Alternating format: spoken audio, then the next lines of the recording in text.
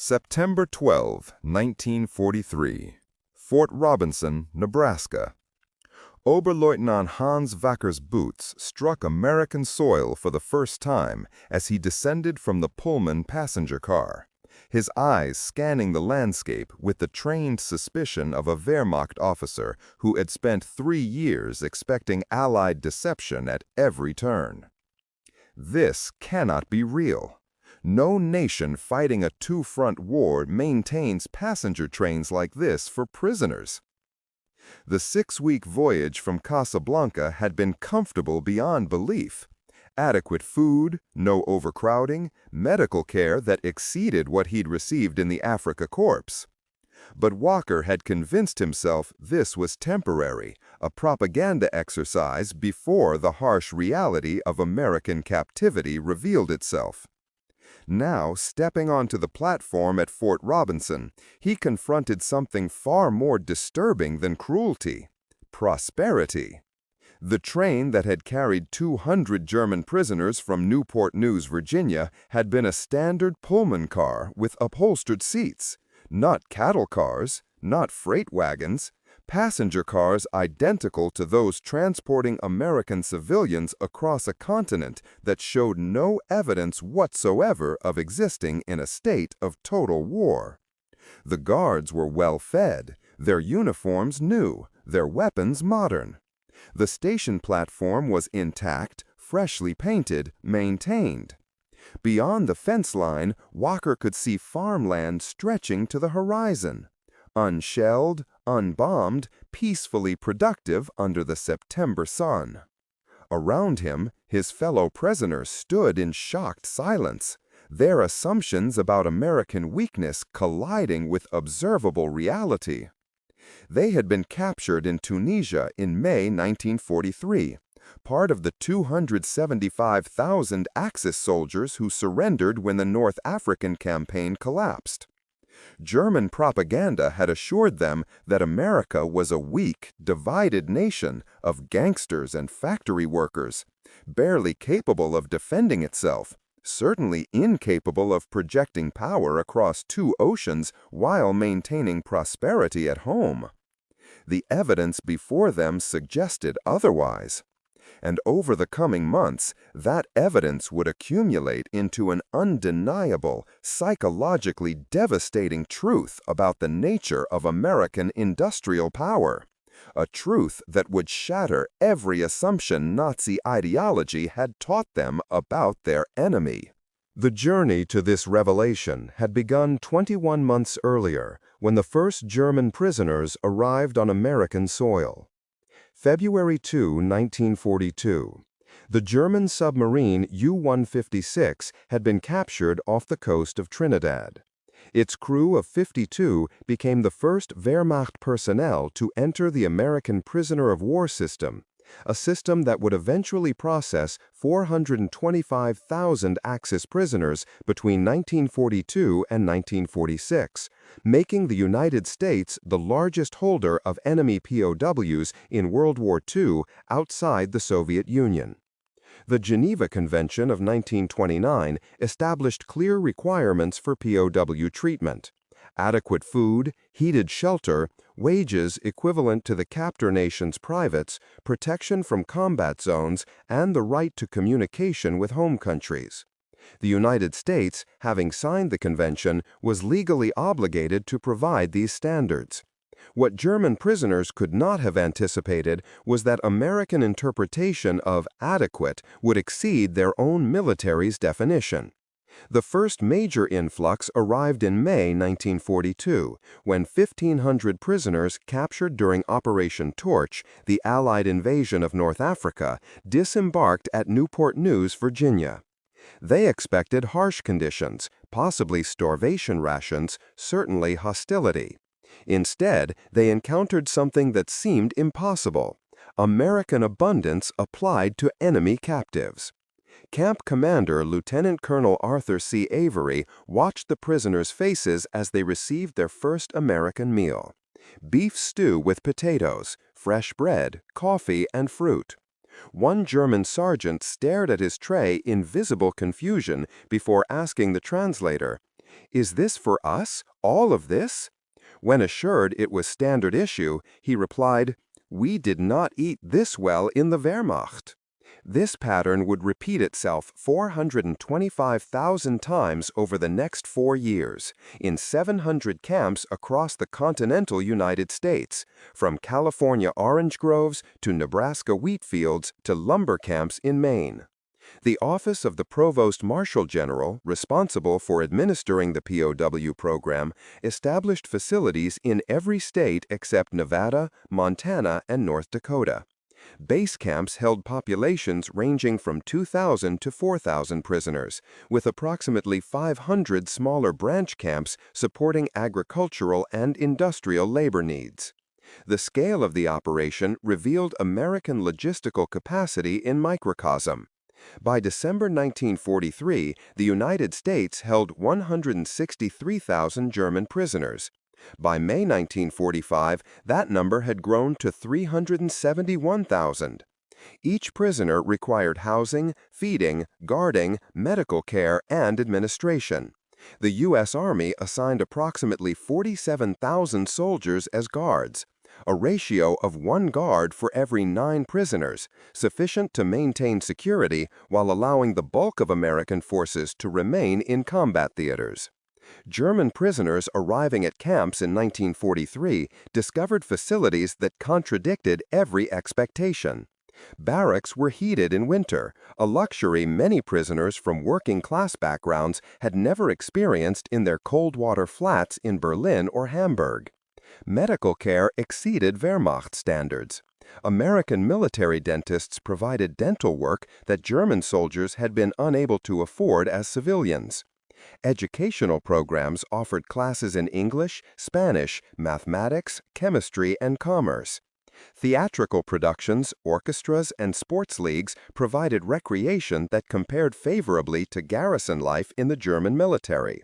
But the most psychologically disruptive element was the food. Camp records document that German prisoners received approximately 4,000 calories per day, exceeding the 3,400 calories provided to American combat troops and dramatically surpassing the 2,500 calorie rations Wehrmacht soldiers received on the Eastern Front in 1943. Menus included meat at almost every meal, fresh vegetables, dairy products, and desserts. Prisoners gained an average of 15 to 20 pounds during their first 6 months of captivity. The irony was not lost on American farmers facing wartime rationing. When prisoners at Camp Concordia in Kansas received cuts of beef that civilians could not purchase without ration stamps, local newspapers printed critical articles questioning why enemy soldiers ate better than American families.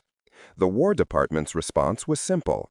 Geneva Convention compliance was not optional, and American productive capacity made these standards achievable without impacting military effectiveness. By mid-1943, the pattern had established itself across the American landscape.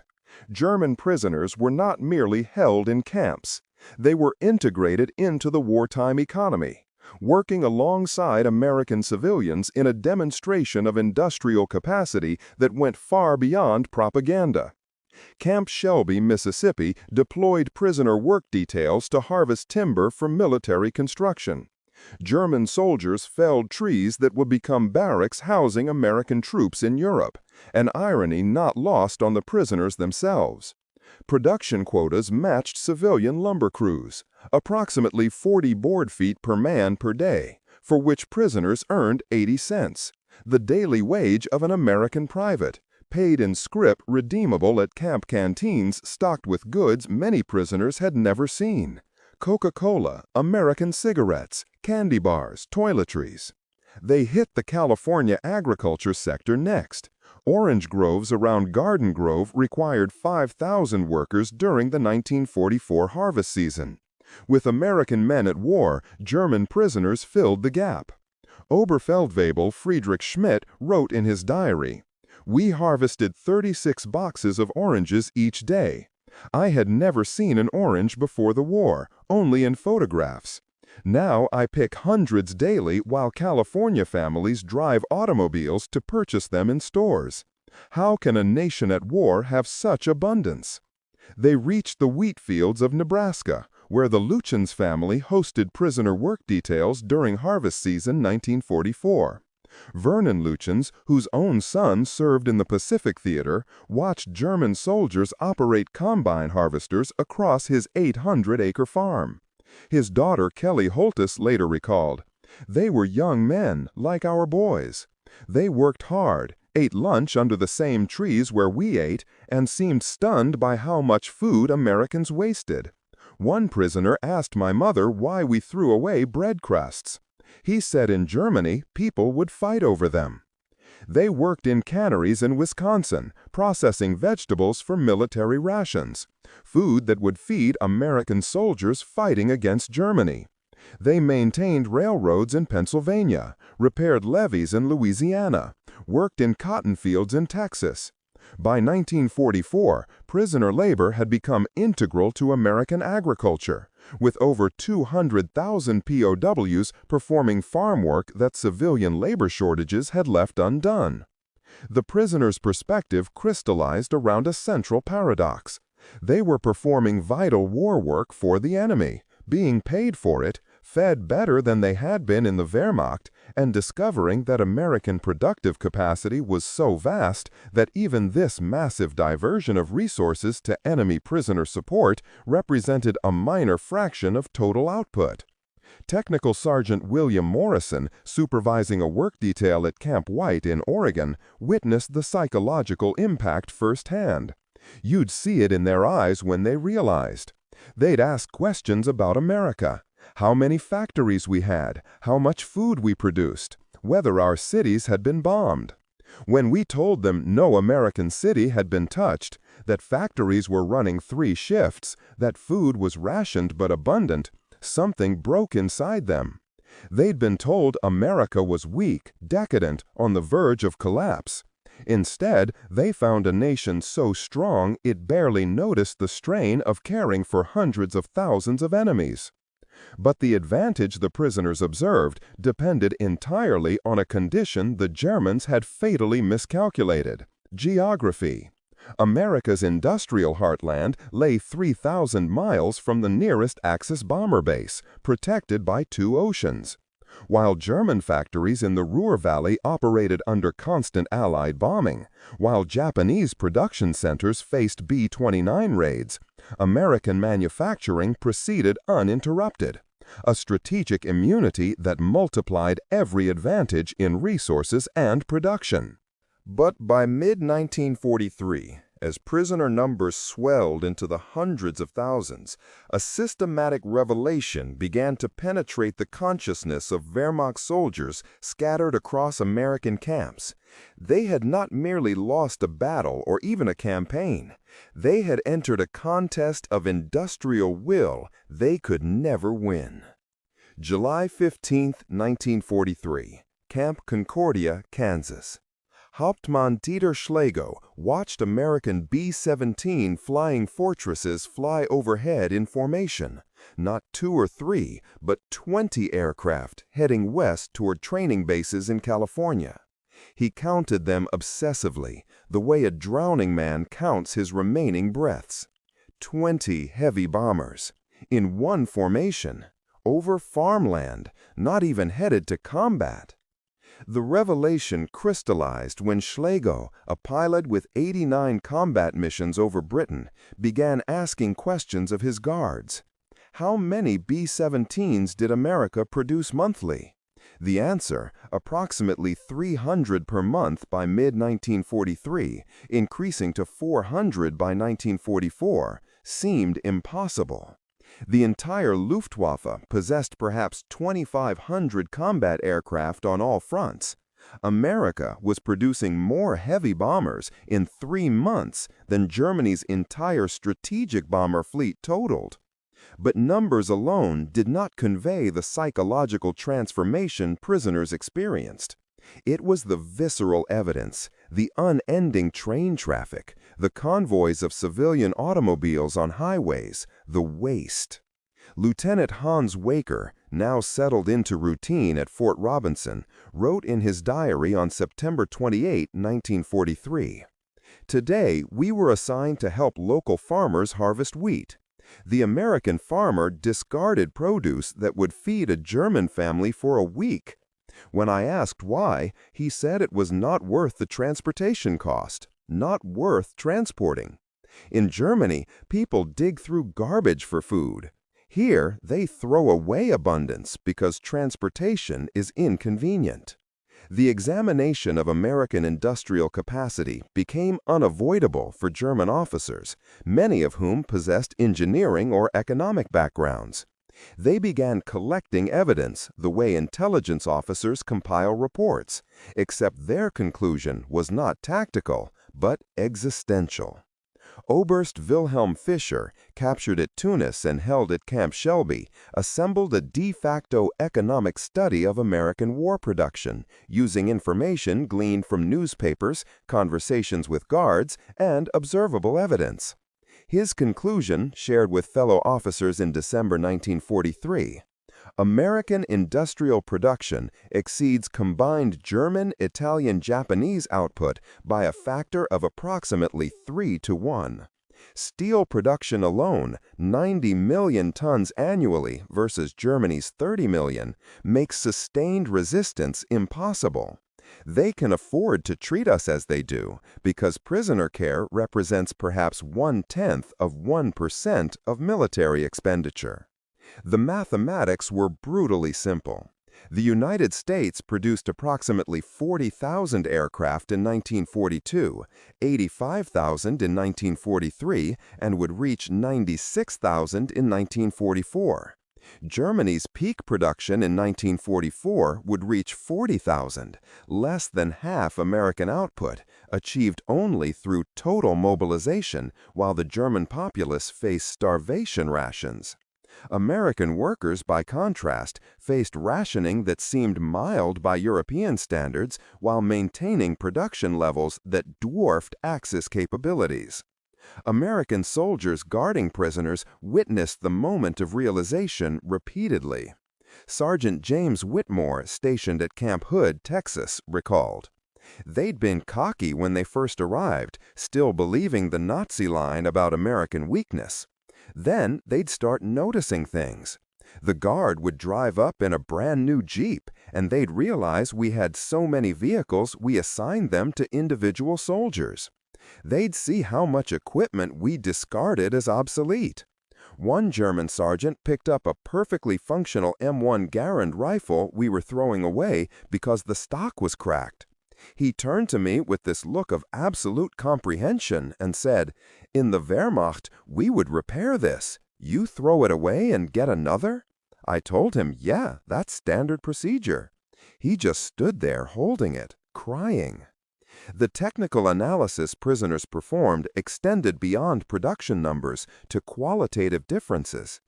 German prisoners examined American equipment, the M1 Garand rifle with its 8-round semi-automatic action versus the Wehrmacht's bolt-action Karabiner 98K, the Sherman tank with its welded hull versus the Panther's more vulnerable bolted construction, the Liberty ship design that produced a 10,000-ton cargo vessel in an average of 42 days through assembly line techniques.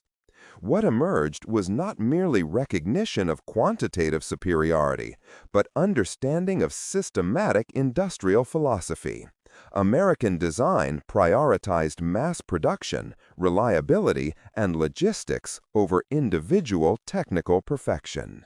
A Sherman tank might be inferior to a Tiger in direct combat, but America produced 49,000 Shermans versus 1,347 Tigers. The mathematics of attrition were inexorable. By late 1943, informed German officers understood that the war was effectively lost, decided not on battlefields but in the production lines of Detroit, Pittsburgh, and Los Angeles. The American capacity to simultaneously fight a two-front war, supply Britain and the Soviet Union through Lend-Lease, maintain prosperous civilian conditions, and treat nearly 500,000 enemy prisoners according to Geneva Convention standards, revealed an industrial dominance that made Axis victory structurally impossible. The requirements that created American industrial supremacy had been established not in 1941, but decades earlier, rooted in economic principles that the United States had developed through industrial revolution and continental expansion. January 5, 1920. The War Department issued its Industrial Mobilization Plan, a framework for converting civilian production to military output in future conflicts. The plan assumed American entry into any major war would require rapid expansion of existing industrial capacity rather than construction of new facilities. This assumption proved prophetically accurate. When war came in December 1941, the United States possessed infrastructure that German and Japanese planners had fundamentally misunderstood. The strategic context was geographical immunity. Unlike European or Asian industrial centers vulnerable to bomber raids, American factories operated beyond enemy aircraft range. This single advantage, 3,000 miles of ocean separating production from threat, multiplied every other advantage in resources, labor, and capital. The designer of American war mobilization was not a single individual, but an institutional framework. The War Production Board, established January 16, 1942, under Chairman Donald M. Nelson. Nelson's background was commercial rather than military.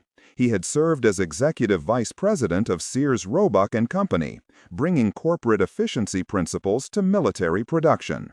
His mandate was unprecedented: convert American industrial capacity to war production while maintaining civilian prosperity sufficient to sustain morale and economic stability.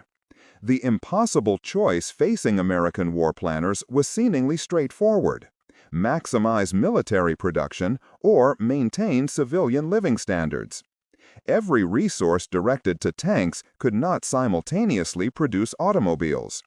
Every factory producing bombers could not manufacture refrigerators. The mathematics of allocation required sacrifices. But American productive capacity was so vast that the choice proved less impossible than planners initially feared. In 1941, American gross domestic product totaled approximately $120 billion. By 1944, despite diverting massive resources to military production, GDP had increased to $200 billion. A 67% expansion achieved through increased labor force participation, particularly women entering industrial work, efficiency improvements, and capacity expansion that other nations couldn't replicate. The designer trade-offs became evident in policy decisions that shaped the POW experience. The Geneva Convention required adequate food for prisoners, but American interpretation exceeded minimum standards because agricultural surplus made such provision economically trivial. In 1943, the United States produced approximately 10.5 billion bushels of corn, 840 million bushels of wheat, and 250 billion pounds of milk. Feeding 425,000 prisoners required perhaps 1% of agricultural output, a rounding error in American production statistics. The decision to pay prisoners 80 cents per day represented similar calculation. Total annual cost for prisoner wages approached $125 million, less than 0.15% of the $85 billion military budget in 1943. American planners determined that Geneva Convention compliance, even interpreted generously, imposed negligible economic burden compared to the diplomatic benefits of demonstrating democratic values and the practical benefits of prisoner labor offsetting agricultural workforce shortages. The justification for this approach came from a philosophical position that distinguished American war planning from Axis equivalents. German and Japanese war economies operated on mobilization principles that assumed short, decisive conflicts followed by exploitation of conquered territories. American planning assumed extended conflict, requiring maintenance of productive capacity, worker morale, and economic stability over years of total war. Treating prisoners humanely cost less than managing resistance, escape attempts, or diplomatic complications from Geneva Convention violations. This design philosophy, sustainability through surplus, created the conditions German prisoners encountered. America could afford generosity because abundance made cruelty economically unnecessary. The POW system demonstrated in miniature the principle that would determine the war's outcome. Industrial capacity, properly applied, generated compound advantages that opponents couldn't match regardless of individual courage, tactical skill, or technical innovation. The systematic revelation of American industrial superiority broke German prisoners psychologically in ways that combat never had. The consequences played out across 700 camps over 4 years, in thousands of individual moments when Nazi ideology collided with undeniable evidence. November 8, 1943, Camp Gruber, Oklahoma. Feldwebel Ernst Bauer witnessed American civilians arrive at the camp boundary to purchase used clothing the prisoners no longer needed. Items the POWs had discarded as worn out, but American civilians considered valuable for wartime rationing. Bauer wrote to his wife in Hamburg, "I gave away a shirt with a small tear. An American woman thanked me profusely and said her son would repair it gladly. In Hamburg, our children wear clothes with dozens of patches because there is nothing else. Here, they buy our cast-offs as luxuries. How can we possibly win this war?"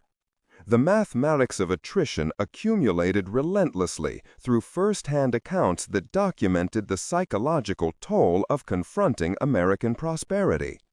At Camp Trinata in Colorado, prisoners worked in steel mills producing the very weapons that would kill Wehrmacht soldiers in Europe. The irony was inescapable and discussed openly among prisoners. They were contributing to their own nation's defeat, being paid for it, and discovering that their labor represented such a minor fraction of American production that their refusal would be economically meaningless. By February 1944, psychiatric reports from camp medical officers documented increasing depression among German prisoners, as news from home grew increasingly desperate. Letters described Allied bombing raids destroying German cities, food shortages approaching famine conditions, and civilian deaths mounting. Meanwhile, their captors distributed meals containing beef, fresh vegetables, bread with butter, and desserts.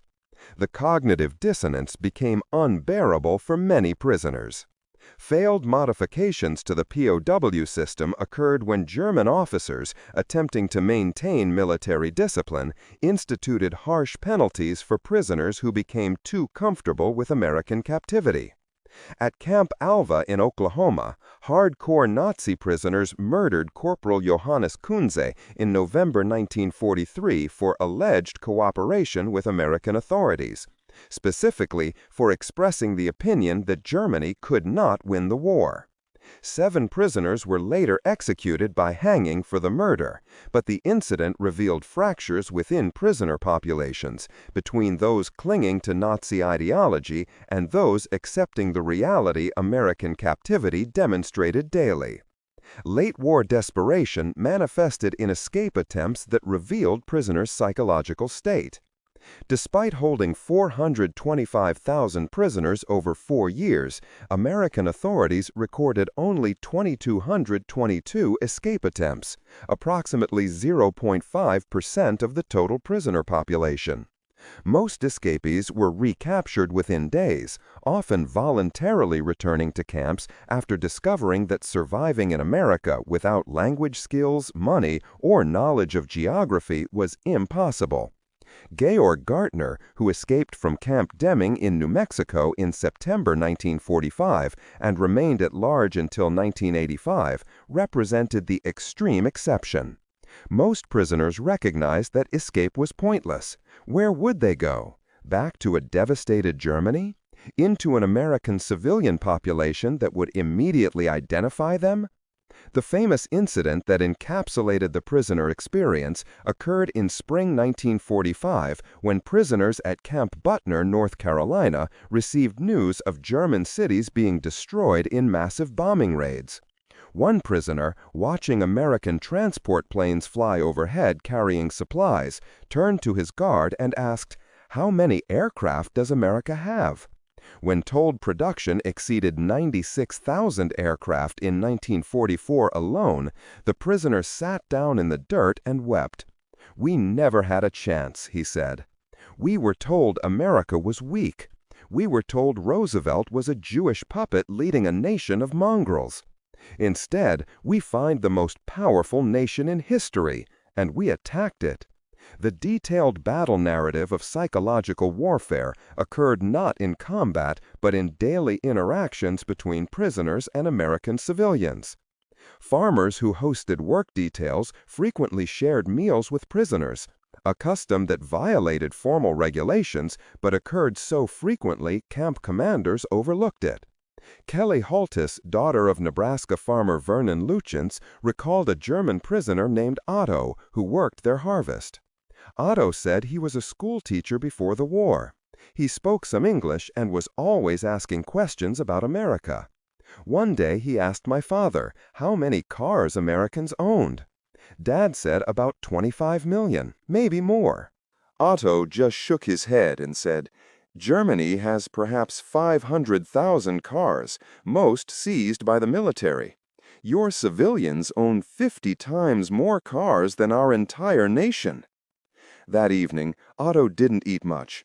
He just sat staring at our automobile, tears running down his face. By May 1945, when Germany surrendered, prisoners in American camps received the news with resignation rather than surprise. Many had concluded months or years earlier that defeat was inevitable. The systematic exposure to American industrial capacity had accomplished what battlefield losses could not: complete psychological acceptance that the war was lost and had perhaps been unwinnable from the beginning. The human cost of this revelation was measured not in deaths, but in shattered certainties. Young men who had believed Nazi propaganda about American weakness, Jewish conspiracies, and Aryan supremacy confronted daily evidence that their ideology was founded on comprehensive lies. Some retreated into denial. Others experienced profound intellectual and moral reckonings that shaped the remainder of their lives. Hans Waecker, the Fort Robinson prisoner who arrived in September 1943 skeptical of American power, wrote in his final diary entry before repatriation in January 1946, "I came to America expecting to find a weak nation pretending to be strong. Instead, I found a strong nation that did not need to pretend anything.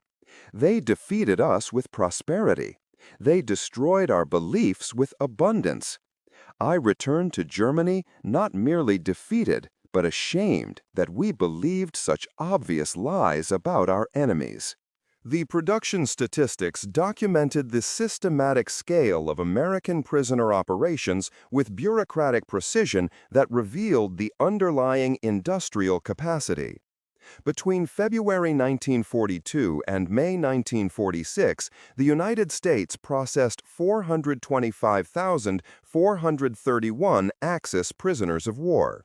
371,683 Germans, 50,023 Italians, 5,424 Japanese, and smaller numbers of Austrian, Hungarian, and Romanian prisoners. Distribution across American territory required construction of 700 camps, 511 branch camps supporting agricultural and industrial labor, and 155 base camps providing permanent housing and administration facilities. Camp specifications varied by location and purpose. Base camps, like Fort Robinson, held 2,000 to 4,000 prisoners in wooden barracks featuring central heating, electric lighting, and indoor plumbing. facilities exceeding what many prisoners had known in their German homes. Branch camps ranged from 50 to 500 prisoners in temporary housing near agricultural sites. Total construction cost approached $250 million, equivalent to approximately $4 billion in 2024 dollars, less than 0.3% of total American war expenditure. The distribution of production occurred across every American state except three. Nevada, Montana, and North Dakota lacked the agricultural or industrial infrastructure to justify prisoner labor. Texas held the largest prisoner population, approximately 50,000 at peak capacity across 20 base camps.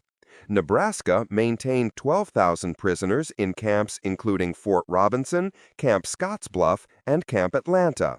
California, facing severe agricultural labor shortages, held 30,000 prisoners working primarily in fruit and vegetable harvests. Loss rates among prisoners were extraordinarily low compared to combat casualties. Of 425,431 prisoners, approximately 2,700 died during captivity, a 0.6% mortality rate. Causes included disease, accidents, and the 7 executions for the Johannes Kunze murder. By contrast, German prisoners held in the Soviet Union experienced mortality rates approaching 30 to 40%, with over 1 million German POWs dying in Soviet captivity. Japanese prisoners held by the United States faced mortality rates under 1%, while Allied prisoners held by Japan experienced mortality rates of 27%. Crew casualties, in the sense of prisoners permanently affected by captivity, manifested psychologically rather than physically. Post-war studies documented that German prisoners repatriated from American camps showed significantly lower rates of post-traumatic stress disorder compared to prisoners held in Soviet camps or German soldiers who experienced extended Eastern Front combat. However, many prisoners experienced profound identity crises upon returning to a devastated Germany, where their accounts of American prosperity seemed like fantasy to populations facing starvation and homelessness. Survivor testimony provided qualitative context to quantitative data. Friedrich Schmidt, the California orange picker, returned to Hamburg in March 1946 to find his childhood neighborhood destroyed by Allied bombing. In a 1960 interview, he recalled, "I told my family about America, the abundance, the unscathed cities, the comfortable captivity. They thought I was lying or mad. My mother said, 'How can that be? We were told America was suffering.' I had no answer, except everything we were told was a lie." The comparative analysis revealed systematic philosophical differences. American POW policy allocated approximately $30 monthly per prisoner for food, equivalent to $480 in 2024 dollars, exceeding what many American families spent per person on groceries during wartime rationing. German POW camps, by contrast, provided prisoners with rations averaging 1,200 to 1,800 calories daily, starvation level over extended periods. Soviet camps provided even less.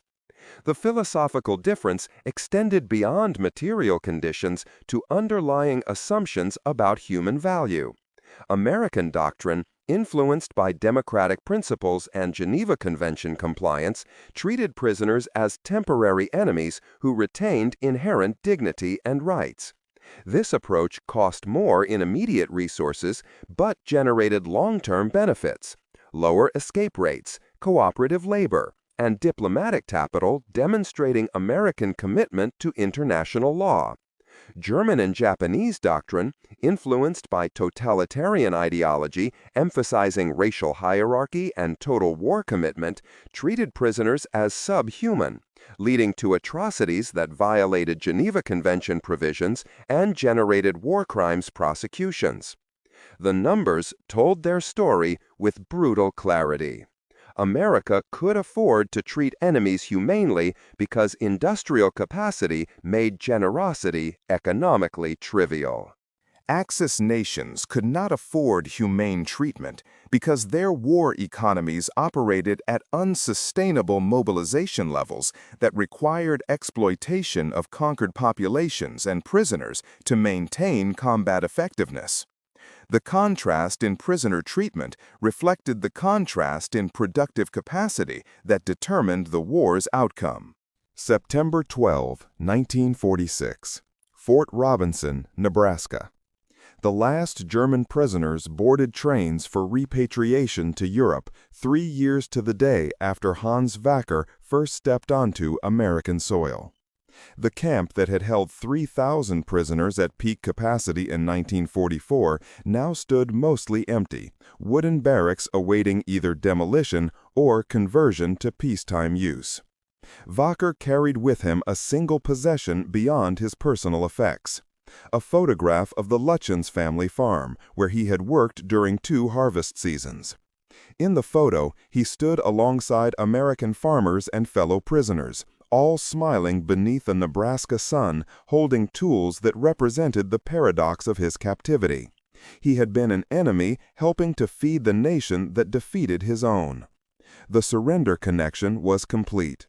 Germany lay in ruins, 12 million Germans homeless, industrial production at perhaps 10% of 1944 levels, food supplies dependent entirely on Allied charity. The prisoners returning to this devastation carried memories of American prosperity that seemed increasingly surreal as they confronted the reality of total defeat. Many would spend decades attempting to reconcile what they had witnessed with what they now experienced. The final irony was visceral and comprehensive. The nation Germany had attacked in 1941, through its ally Japan at Pearl Harbor, and then through Hitler's declaration of war on December 11, 1941, had responded not with parallel atrocities, but with industrial mobilization so vast that caring for hundreds of thousands of enemy prisoners represented a minor administrative task. While German cities burned under Allied bombing, while civilians starved in occupied territories, while Wehrmacht soldiers on the Eastern Front received inadequate rations and equipment, German prisoners in America gained weight, received medical care, attended educational classes, and earned wages that many had never received as working-class civilians in Nazi Germany. The lesson was as brutal as it was undeniable. Modern industrial war is won by productive capacity, not battlefield courage or tactical brilliance. Germany possessed skilled soldiers, innovative tactics, and initially superior equipment. But they had challenged a nation with 3 times their industrial output, protected by oceanic barriers that rendered their strategic bombers irrelevant, possessing resources and infrastructure that could simultaneously fight 2 major wars, supply 2 major allies, maintain prosperous civilian conditions, and treat nearly 500,000 enemy prisoners according to international law, all without noticeable economic strain. The broader implications transformed post-war military doctrine. The U.S. Army's official history of the POW program, published in 1956, concluded, "The treatment of Axis prisoners demonstrated that a wealthy industrial democracy could wage total war without sacrificing the moral and legal principles that distinguished it from totalitarian enemies. This represented a form of strategic deterrence, showing potential adversaries that American power was not merely quantitative but sustainable, not merely destructive but constructive, capable of simultaneously defeating enemies and treating them humanely according to international law." The final judgment requires acknowledging complexity. The POW system was not without flaws. Incidences of abuse occurred, racial discrimination affected treatment of Japanese prisoners compared to European prisoners, and diplomatic considerations sometimes overrode strict Geneva Convention compliance. But the systematic pattern was clear. America treated prisoners far better than required by law because industrial abundance made cruelty economically unnecessary and strategically counterproductive. Hans Waecker returned to a Hamburg that existed more in memory than reality, where 50% of housing had been destroyed and the population survived on 1,200-calorie daily rations provided by Allied occupation forces. In a letter to Vernon Lutyens written in 1948, he reflected on his captivity. "I understand now why we lost. It was not one battle or one decision. It was the comprehensive miscalculation that brought us to war against a power so vast that our entire war effort was from the beginning merely an irritation to them. They defeated us with prosperity. They broke our will with abundance. And the most devastating part is that they did it while treating us better than our own government ever had." In that single fact lies the entire story of why Germany lost the war and will never threaten world peace again. The examination of prisoner treatment at camps across America provided the final proof that would shape military strategy for generations. Industrial capacity, economic strength, and sustainable mobilization determine modern war outcomes more decisively than any weapon system, tactical doctrine, or individual battlefield courage. The American POW system was not designed to humiliate enemies.